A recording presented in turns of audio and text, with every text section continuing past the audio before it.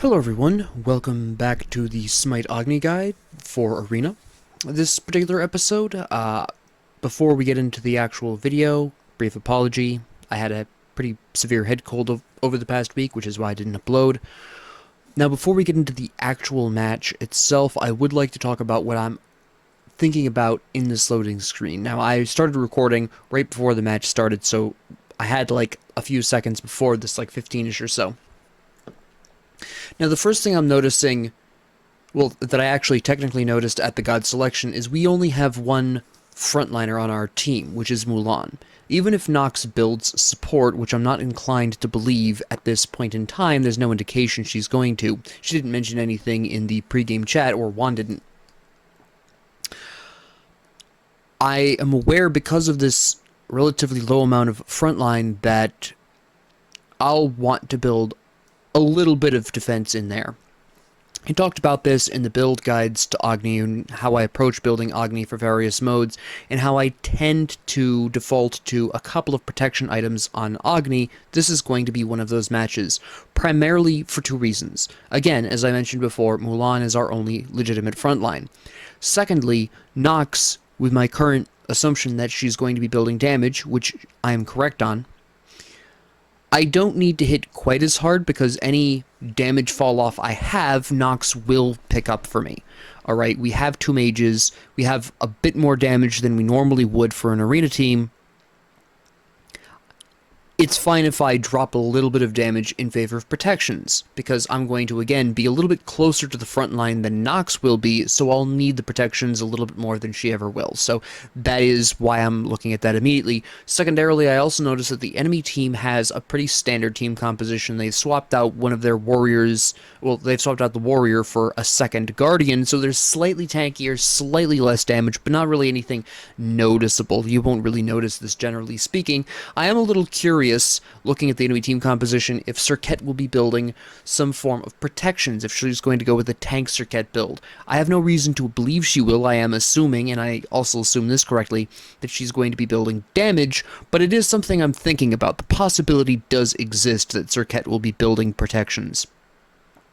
I'm also noticing Baron Samedi, so I'll want anti-heal. He heals pretty substantial amounts for his allies, and combine that with the fact that Kronos can really build up some impressive lifesteal rates with his first ability, anti-heal is something I'm going to be looking for, alright?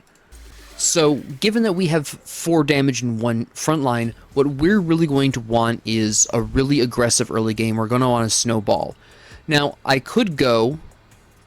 Now, keep in mind, I could have gone Vampiric Shroud and then evolved that into Sacrificial Shroud for some physical protections and splashed in Oni Hunter's Garb for magic protections at the end game. I choose to go Tainted Steel because that gives me anti-heal as well, and if I need to build Soul Reaver later on, in case Serket builds protections, I'll have that space to do so, where I wouldn't have that with Divine Ruin if I needed to build Divine Ruin. So I play a little bit on the safe side here, because I'm not quite sure what Serket's going to build, and I go with the Tainted Steel. I also pick up Warlock Staff. This is a very Agni-specific thing. We're actually going to go on ahead and play the video. This is a very Agni-specific thing, me grabbing Tainted Steel, not Tainted Steel, Warlock Staff. I don't normally advocate stacking items like this in Arena because of the shorter duration, but with Agni's high amounts of damage, especially with his passive, he really stacks this quickly. You're going to see that in this match. This match only winds up being roughly 15 minutes, which is a good 2 minutes earlier than the usual average. Arena matches tend to last anywhere from 17 to 23 minutes, or if you want to go with the statistical sentence, 20 minutes with a variance of 3 minutes. Let's talk about this Kumbhakarna. Because this is really terribly interesting. Alright, now, this Kumbhakarna has a plan. This is not him being insane.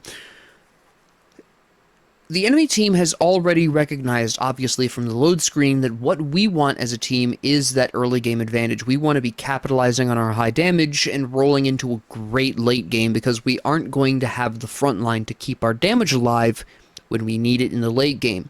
So while the flat damage is most impactful, which is the early game, this is why when you see ability-heavy gods, they're usually referred to as early game. Not all of them, but a lot of them are. That's why flat damage in the early game is significantly more impactful. Now, That being said, what he is intending to do here, and if you pay attention, you'll see him try this right before Nox silences him. He's going to try to put our team mostly asleep and try to steal our blue buff to sort of put us on the back foot. Alright, this fails because, and he'll do this consistently throughout the match, he will fail to respect the Nox and her silence.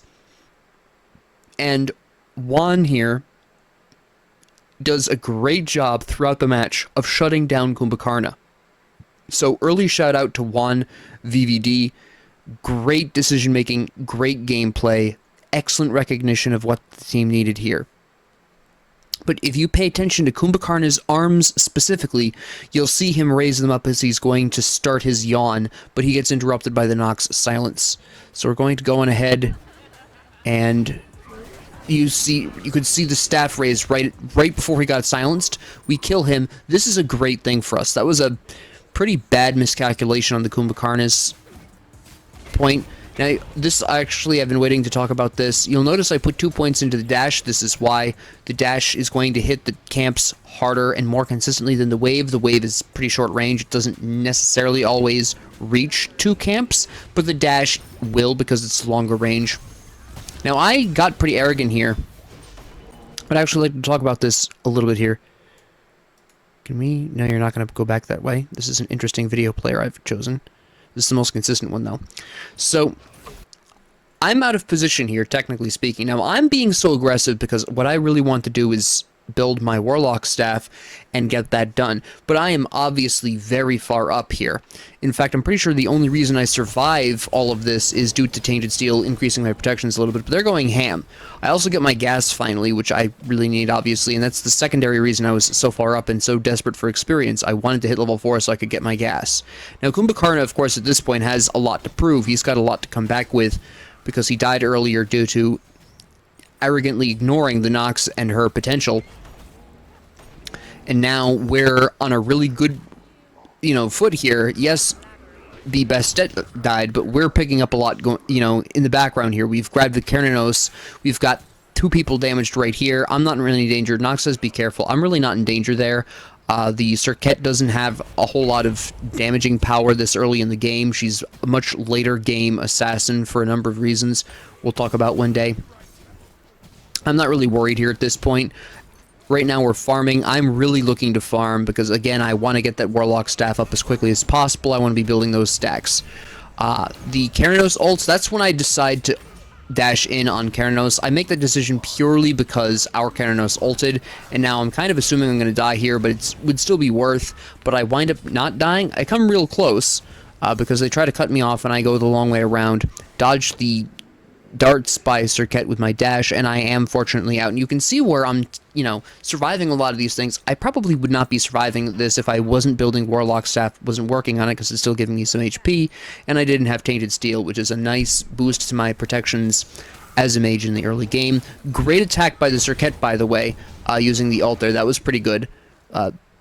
Interesting visual glitch. Now, I dash through here because what I want to do is body block for Nox, and she barely survives. You can see she barely survives, but the Kerninos, again, takes a spill here because he was too aggressive. The enemy team, you might be wondering why the enemy team is being so aggressive, because this is rather absurd aggression for even this early in Arena. Again, the reason why is because they're really trying to slow our roll, basically. They want to prevent us from snowballing. We're already starting to. We're about to get 5 kills, right, to their 1. They're getting pretty far behind at this point. We're 2,000-ish gold ahead. Their situation is progressively getting worse, and they're progressively panicking more and more. Alright, so they're getting really nervous, and that's why they're so aggressive. They really want to turn this around, and they're just having a really hard time doing so. It's a shame the Nox didn't hit the dash. No one's going to catch up to Serket at that point, so I turn around to help the team out over here. Somehow Nox gets it. I assume she ulted, based on her diamond up there. I believe she did. I try to get the Baron Somebody. I fail because I whiff. They do pick up the Kumbhakarna again, which is really good. So that's, an excellent thing. Now, pretty soon, the enemy team is going to put itself back together, and this is This media player is interesting. I want to actually talk about, because what I'm checking right here is I'm trying to figure out, alright, who's building what in what general direction. Now, I could already tell that Nox was building damage. She did go for the really aggressive move of Rod of Tahuti. This is a very expensive item. You don't normally build it this early. She was likely intending to build something else here. Chronos Pendant probably would be my guess. But because of how far ahead we are and how well she's doing, you'll notice she has 4 of our kills at this point. She can really afford to go really splurgy on her second item, technically, and she went with the Rod of Tahuti, which is a really interesting choice there. Mulan also takes a gamble. She goes for the hammer here, which is power and health, no protections. Personally, I prefer going protections then the hammer, so I usually build the hammer third if I'm going to be building it, and I go for some form of protection item second. Again, this is a gamble, but she pulls this off because of how far ahead we're pulling at this point. This is a bigger gamble than Nox's, because Nox was clearly going for something else, again, probably Chronos Pendant. Mulan was already dedicating to this. So this is the Mulan really just banking on our high damage, giving us a strong early game. She's basically factoring in our early game and being like, yeah, I can get away with this in the short term. And she's right. Keranos going for that lifesteal here. He's got the gauntlet. He's going for some crits, so that's going to help keep him alive a little bit better, which is what he's going to need with only a single front line. The Bastet quite smartly grabbed the Soul Eater. Great. Kumbhakarna building defense. I had guessed that from his introductory move. Athena's building defense, also not surprising. Serket is building damage. This is what I'm really checking here. This is the really important thing for me. I know I won't need Soul Reaver at the very least, so that's a good thing for me. I can also give up on penetration. When you splash protections in for Agni, you have to give up either some power or penetration. And I'm going to be choosing throughout this match to give up penetration. I'm going to trust Nox to do that. I'm going to trust Keranos to handle that. I'm going to be spending the majority of this game from this point onwards trying my absolute hardest to ignore the enemy front line. I'm not going to be building anti-tank. I'm not going to be building a whole lot of penetration. I'm going to be building to kill the enemy damage dealers. That's what I'm looking for. Alright, nothing particularly noteworthy about Keranos other than his interesting reluctance to finish an item at this point. And Baron Samedi went right for the Chronos Pendant. Not an unusual strategy for Baron Samedi, but that's what I'm primarily looking at is the Serket there and a general feel for what my allies are doing. So I'm going to go for Spear of Desolation next because I have already decided I'm going to be giving up the Soul Reaver percentage penetration for the most part. I want to be doing damage and I want to be doing a little bit of cooldowns, so we're going for that Spear of Desolation. Again, it's very good on Agni, and I want to be going for those damage dealers. So I'm looking at Keranos here. I build up my passive off of Athena. Nox is, Athena down a little bit, so we're just going to go ahead and throw an ult out there, but you can see I'm not really punching through that. Wipe out the Serket. Nox went into me just as a backup, which is a good move for her. She even waited in case I missed, so that was an excellent move for her.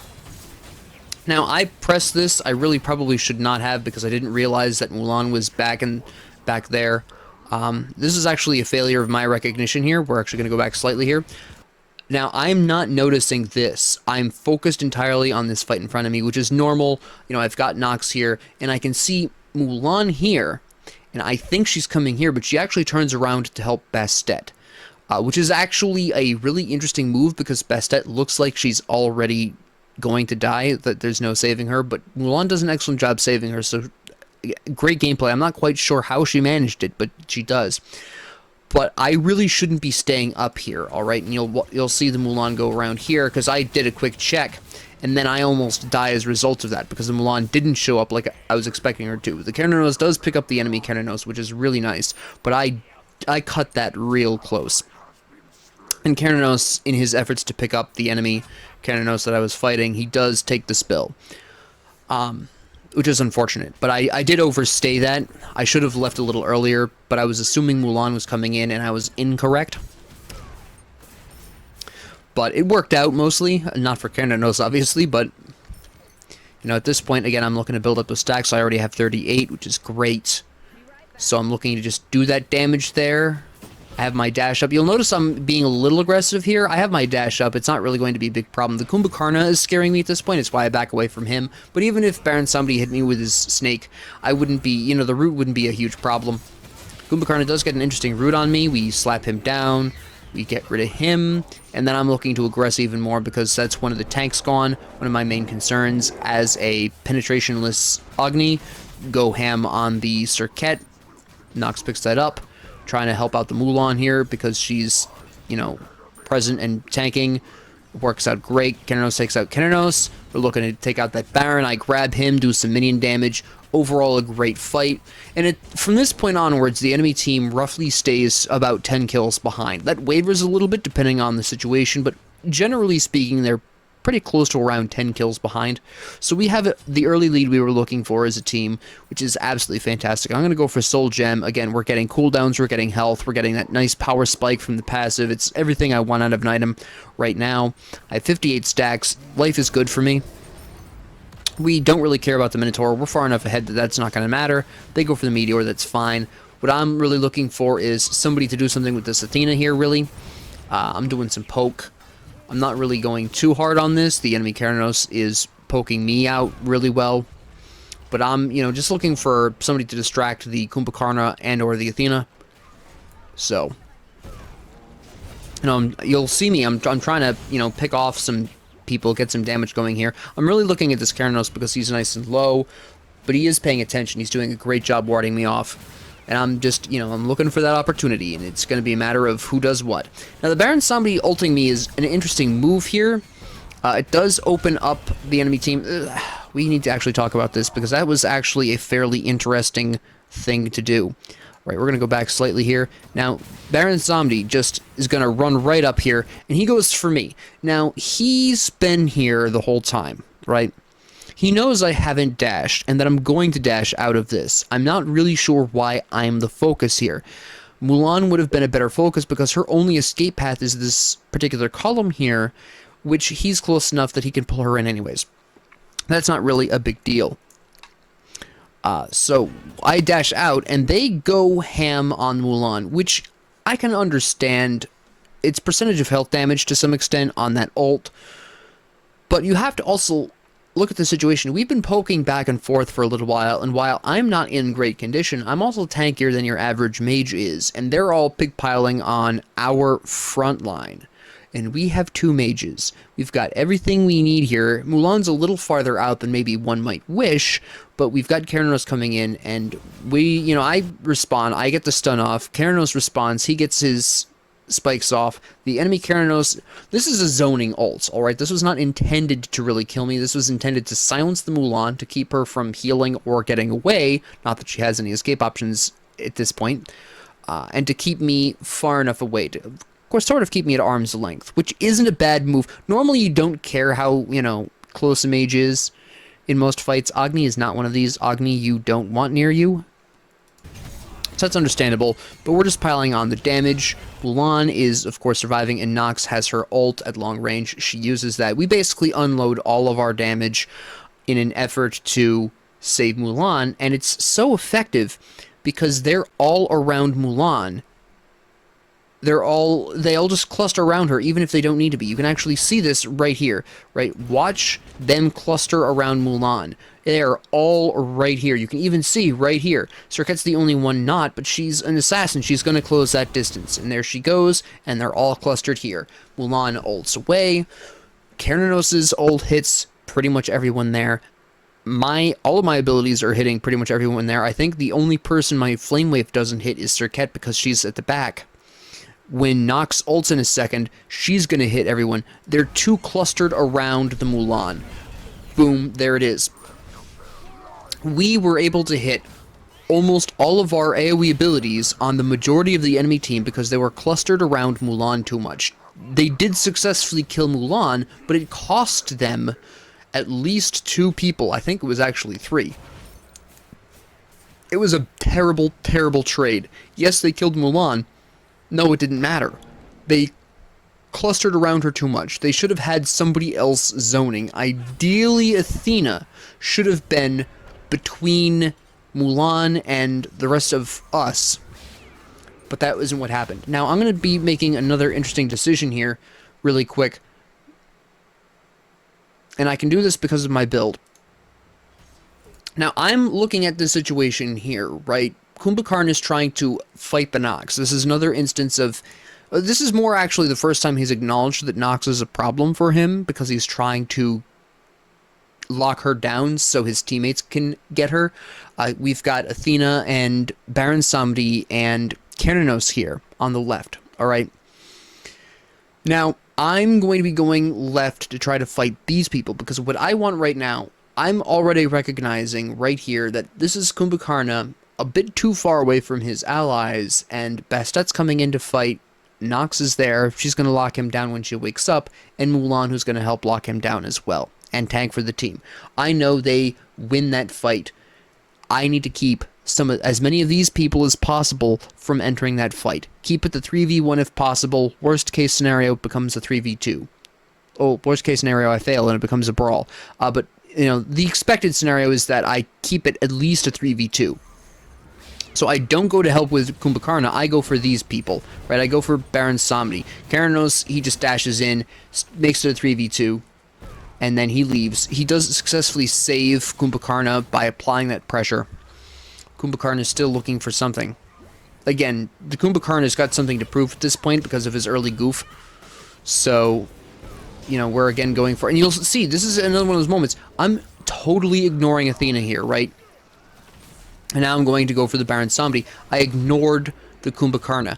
I'm not building to be able to take out tanks, but I'm building defensively enough that I can largely ignore them as well. So I'm going to go ham on this Baron Samedi. I've got my team here. We're ahead. I feel pretty comfortable going in on that, right? I had my relics up. I obviously used beads, and now they're trying to kill me. I'm trying to get out. I successfully get the stun off on Serket. I'm still not sure how I managed that. It looked like she was out of my gas to me, but... so I move this way because I don't want Serket jumping over the column. I realized too late that Serket can kill Nox, but I don't have the ability to do anything about that. I reacted way too late to save Nox. That was... and you can see where I realized, and I turned around. I just realized way too late on that one what was actually going on. It was my mistake on that one. I just kill Baron Samedi really quick because I've done that combo dozens of times. I knew it would kill him at that point because I knew how much damage I was doing to him. I knew what my abilities were at that point. I knew that was a kill. I knew it was a kill. If I just landed the stun, I did. He dies. Right? I'm just trying to get some poke on Keranos. He recognizes the damage output. He leaves.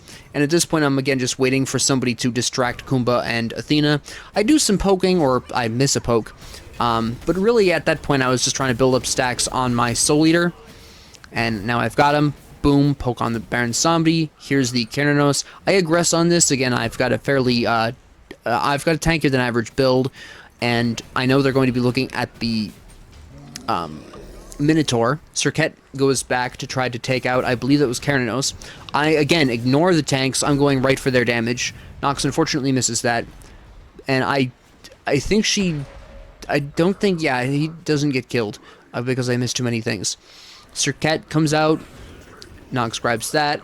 I stunned the Kumbhakarna more because I already had the gas there from trying to, you know, create a backup in case Nox missed her route. Obviously, it doesn't kill him because I have no penetration. Well, I've got 10% off a Warlock staff and 15 flat on the spear, but that's not really going to help me with Kumbhakarna, obviously. So, out we go. And... at this particular point in time, I'm just looking for that opportunity. Keranos is doing a great job slapping down the Kumbhakarna. I'm going for the Serket. Again, I'm not really looking for those tanks. Boom, missed that. That's fine. She's still scared off. We still have the opportunity to kill Baron Samedi. They pick that up. And now I'm trying to save Nox. I don't really have much expectation of being able to save Nox here, to be really honest. But I make the late attempt. Now, I'm dead here, right? There's just no way I survive this. There's enough of them around where I'm just going to go. I almost make it. It just wasn't enough. You could see where I was almost in dashing range. Would I have survived if I had 10% more cooldowns? Maybe. Realistically, probably not. Serket would have caught up to me, you know, and killed me. So I don't think it would have made a big difference. but they are, again, bringing it back to the 10 kill difference here. I originally was going to go for the Kumbhakarna, but I realized I'm not going to do anything with him, and I need to kill this Minotaur. The need to kill the Minotaur isn't extreme. We're obviously a lot of points ahead, but it gives us just a bit more breathing room, really. Why not kill the Minotaur? They weren't aggressing. They weren't defending it. They should have been. Now, I aggress here because, again, I was trying to set up basically for my allies, get some damage out there, weaken down that passive a little bit. Unfortunately, we're losing a lot of people in this fight, so I'm going to have to really pick up some damage here. I grab Baron Samedi, Mulan dies. I go in because I've got my shield from my Bancroft's Claw. I've started to build some protections here. Great ult by our Keranos, by the way. I grab the Serket. Unfortunately, our Keranos gets killed by their Keranos or their Kumbhakarna. He does die, yeah. And then I get to kill their Keranos. I get a nice Quadra there. Now, I took a little bit more damage than I was expecting from the Athena, and I realized that the Athena's got at least something that's doing damage. It turns out she's got a lot that's boosting her damage output, not in terms of power, but we'll talk about that at the end game. But I was taking a little bit more damage from Athena than I was originally anticipating, and that's something I'm making a mental note of, that she was hitting a little harder than I was expecting. So at this point, again, I'm trying to pay attention to their damage dealers. I'm looking at this Serket. You'll notice I totally ignore the Kumbhakarna. I'm going for the Serket. Athena, tries to block me. I use my Aegis for the Serket ult, and then she just dances into my fire. She gets killed. I'm trying to kill the Keranos. Again, I'm basically outright ignoring the Athena. I'm going to go for the Baron Samedi at this point. I'm pretty sure I can pick this up. Stun, fire. I even get some damage on the Kumbhakarna. Boom, I missed that ult, unfortunately, but the Nox does grab him, and again, I'm turning around. I'm looking for that damage dealers. I help with Serket, and I just leave that alone. Again, I'm not going to be able to kill Athena. It's not something that's I'm capable of without some serious help, and she was close enough to the fountain where that was never going to happen. I've missed the stun on Kumbhakarna because at this point I just want to leave. I'm looking a little low on health, and Baron barely misses me with the ult, which indicates to me that the Baron is rusty or hasn't been Baron as long, one of the two. I assume it's rust, because I was very definitely out of his range. I finished my protections, and I actually finished my build. We have a complete build here.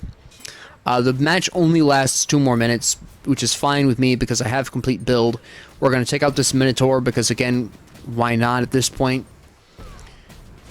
And the Kumbhakarna blinks. Not a bad move. Again, I ignore him. I'm going for the Keranos, but I'm taking too much damage. The Keranos is close to full build. He's, hitting pretty hard, so I leave that. I'm still looking for him, though. You can see where I'm trying to just stack up my passive and wait for the opportunity. And there's Mulan, so I go in. They're, again, doing the same thing. They're piling on Mulan. They're clustering up. I'm landing a bunch of abilities on a bunch of enemies. Yes, Bastet does die in the background. That's fine. And then, of course, I dash in, hit the Flame Wave, take out the Baron. I'm now looking for the Keranos. I get the stun. I actually mistook our Keranos for theirs for some reason. Get the fire dash through and miss that completely. That was a good dash by him, by the way, though, but I just hit him with the gas. He dies. I am pretty confident I'm going to die here, so I just do whatever I can. There I go. Again, pretty substantial amount of damage out of the Athena there. It does make sense when you see her build. But at this point, I'm where I need to be. I'm doing what I need to for my team. I did overstay that last fight. That was primarily me being way wicked out of position from overstaying. I didn't need to be there. I didn't really need that kill, But here we are. Again, the Baron Samedi ults a variety of people who he can't grab. Now, I'm paying attention to these minions because, again, that's going to be 6 tickets in their favor. We don't need to be losing that. If they get another Minotaur, because I don't know that the match is about to end here, right? We're at 15 minutes. I think it gets to 16 minutes, actually. But I don't know if they're going to get a Minotaur in their next 4 kills and what that's going to look like, right?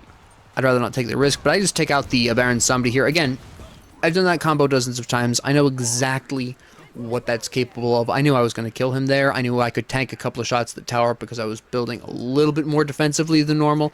I knew all of that was going to be going down. I had no issues with that, right? So now let's talk about builds, because there was a couple of interesting things going on with both my team's builds and the enemy team's builds in response to the compositions, and some mistakes that the enemy team made in their build not respecting our compositions. Alright? So I've already talked about my build and why I built this way. Now, quick note on Oni Hunter's Garb, again, just as a refresher, this only really specifically works on Agni because he tends to be closer to enemies than the majority of other mages. But again, remember, I sacrificed my penetration to build power and some protections. And shout out again to Nox, absolutely picked up on that, built really, really well. Really into that. Cooldown, penetration. Power, penetration, anti-tank, bit more penetration with some health. Absolutely phenomenal. I will say Divine Ruin might have been a better choice than the Warlock Staff. They did have some healing. They had a pretty good amount of healing out of Baron Samedi. Kerenos had pretty decent amounts of lifesteal in his kit down here. Not his kit, in his build down here. So I think Nox probably for her last item would have been better off with Divine Ruin rather than Warlock Staff. She was never going to full stack that at that late game. At that late of a period in the game. Even if this had gone out to the 20-minute average, she still wouldn't have full stacked that. It was never going to happen. So that's about the only thing I can say about Nox's build that isn't just pure genius. We've already talked about this specific item. The Bastet, really good build. The Bastet's only issue in this match was not gameplay, it was not technicalities. It was the fact that Bastet was playing like she had two frontliners. Like we had a second tank, which we didn't. It was just a failure to adapt to the single front line, really, is what it came down to. She would be caught out of position, usually by Kumbhakarna on the occasions he wasn't aggressing himself, and she would be caught out and died. This is just... it's not even a build thing. Throughout the match, if you care to go back and watch Bastet on the minimap, she just played like there was two frontliners, and there just really wasn't. There weren't enough frontliners to keep the enemy's attention away from her so she could actually do her job and kill the damage dealers. Milan did a great job. Again, risky play with the hammer, but it does work. Okay, clearly. It does work. It's just a big risk. I just want you to understand that the Nox gambled and won, basically. Besides that, you know, she did a great job tanking.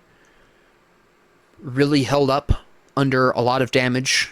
Even in those situations where the enemy team was absolutely pigpiling her, she lasted long enough for us to get our damage off. So she did her job marvelously. Played it to a T. Absolutely fantastic job from the Mulan. Kerenos, great build. If I had to criticize Kerenos' build, I would just say one thing. I don't like Thunderclap or whatever this bow is called in Arena, because this has just absolutely massive stacking potential. You're never going to get anywhere near that maximum, or even a decent number in a lot of cases in Arena. My issue with the item isn't that it's on Kerenos or that Kerenos built it. My issue is that Kerenos built it in Arena specifically. You don't ever see the full potential of this item in Arena purely based on the duration of arenas. And this is, again, this was like a 15, 16-minute match, even shorter than average, right? If you're going to build this, do it in Conquest, do it early in Conquest, do it early in Slash. I also have some quibbles with it in Joust for very similar reasons. Most Jousts end pretty quick. It confronts the same problem there as well.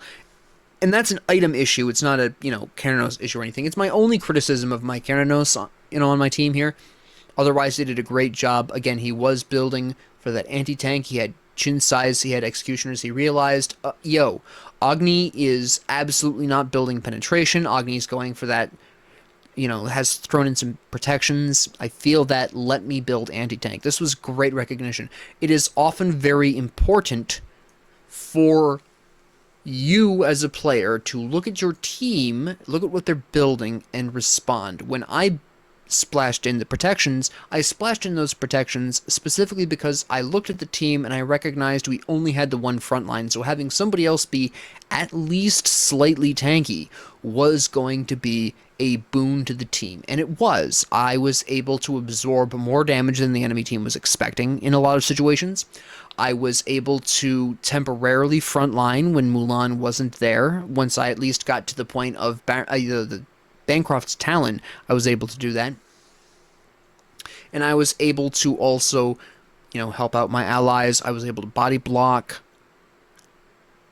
I was able to do all of the things you would normally want a warrior to do a lot of the times as Agni, because I splashed in those protections.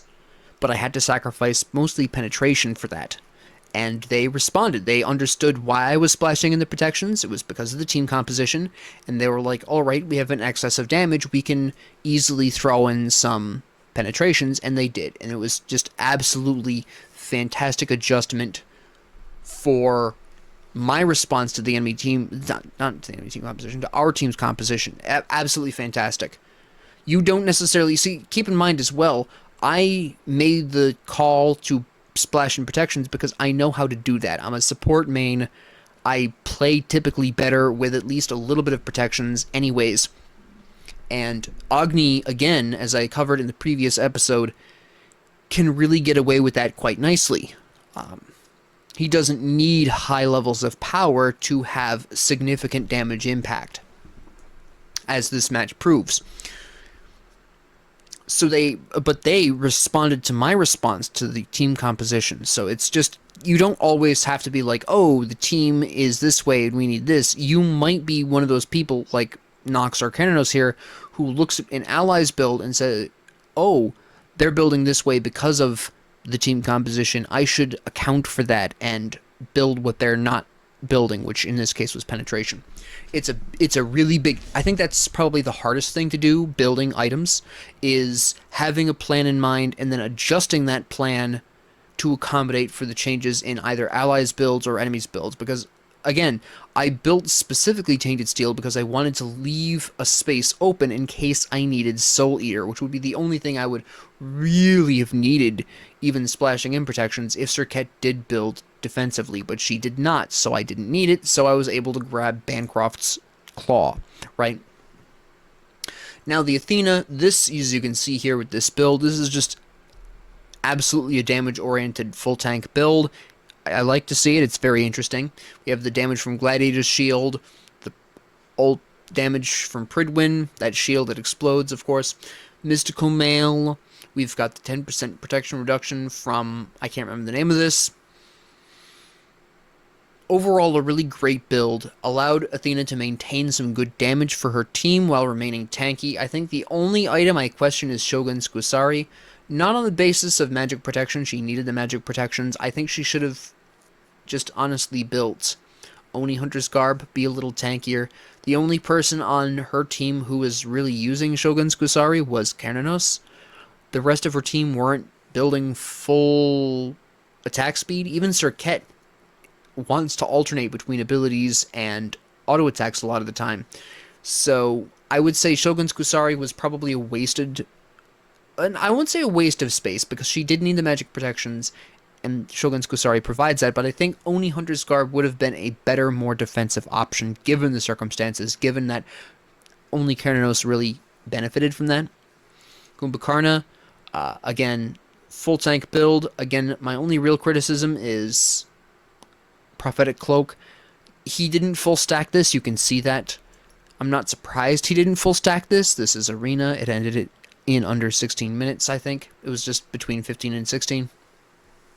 It might have been 16 on the nose, I can't quite remember. But none of that matters. It was a roughly 16-minute match. He did not full stack Prophetic Cloak. Again, this is a similar problem you see with people trying to stack Book of Thoth or Warlock Staff. Now, shout out to the Nox. She did full stack her Book of Thoth despite building it as a third item. Kudos to her. That's not real easy in a 16-minute match going on here. But she was there. She did the damage she needed to, just like I did the damage with my Warlock Staff, and she got her stacks. But Kumbhakarna did not get his stacks for Prophetic Cloak because he just, first off, built it too late, and second off, it's Arena. Prophetic Cloak is incredibly hard to full stack in time for it to be useful in Arena long enough to make it worth it. Okay, even if he had full stacked this, it wouldn't have been full stacked long enough for him to get really any genuine benefit out of it. It would be too late. The match would be almost over, and he just wouldn't need the aura or the protections as much at that point as another item could provide. Basically, any other cloak would have worked better here. Mantle of Discord, Spirit Robe, something like that would have been a better choice for Kumbhakarna. In fact, I'll even throw out specifically Magi's cloak, so he wouldn't get locked down by Nox as often, which would have really helped his ability to frontline for his team, because he was constantly getting interrupted by Nox. Right from the beginning of the game, all the way through to the end, Nox was the bane of Kumbhakarna's existence.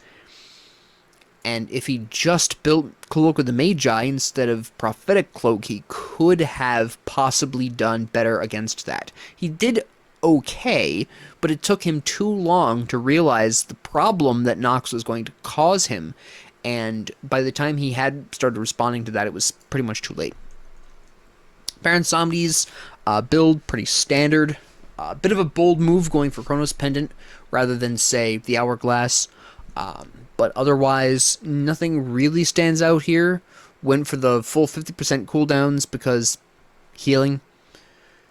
But pretty standard build. He played pretty typically. Nothing really to say about Baron Samni, really, other than, of course, his strange penchant to try to ult me, and more often ulting other people at weird ranges. The Kernos, not really any problem with his build, generally speaking. It's pretty good for what he was facing, except for chin size. We didn't have enough tanks for that. Even me, as Agni, with all this HP, I'm still not going to be taking as much damage from chin size passive as, say, a dedicated actual, Guardian would, or another warrior, right? So I would say, given how high damage, low defense we were as a team composition, he probably should have gone for some form of crit build. Go for drop the Griffin Wing earrings, grab Deathbringer, drop chin size, maybe get the star, or maybe the other one there. Crits would have gone farther for him, realistically speaking, than chin size. Alright?